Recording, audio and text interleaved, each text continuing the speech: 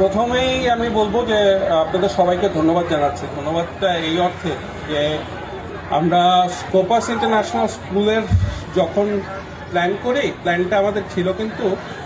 যে শুধুমাত্র প্রাতিষ্ঠানিক একটা শিক্ষা প্রতিষ্ঠান হিসাবে আমরা এটাকে দাঁড় করাবো না। আমাদের মূল লক্ষ্যটা ছিল যে আমরা কিভাবে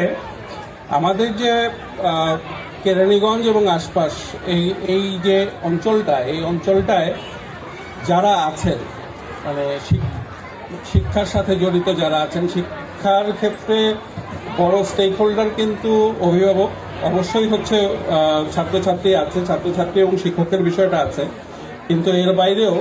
আমাদের কিন্তু সবচেয়ে বড় স্টেক হোল্ডার হিসেবে আমরা ধরে নিই অভিভাবকের পাশাপাশি এই অঞ্চলে যারা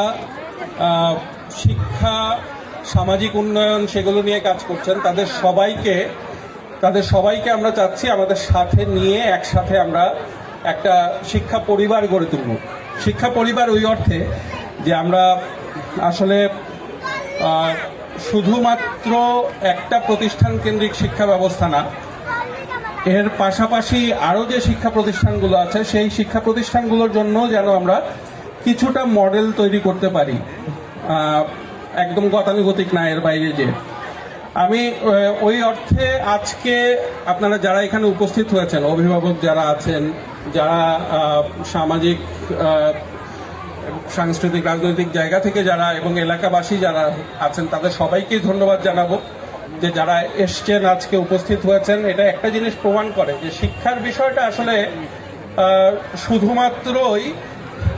প্রাতিষ্ঠানিক কোনো বিষয় না। শিক্ষার বিষয়টা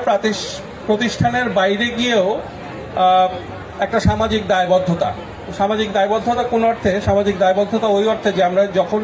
চিন্তা করি যে আমার এলাকায় আমার পরিবারের যে সদস্যটা আছেন, যে বাচ্চাটা আছে, সেই বাচ্চাটা শুধু শিক্ষিত হবে, শিক্ষার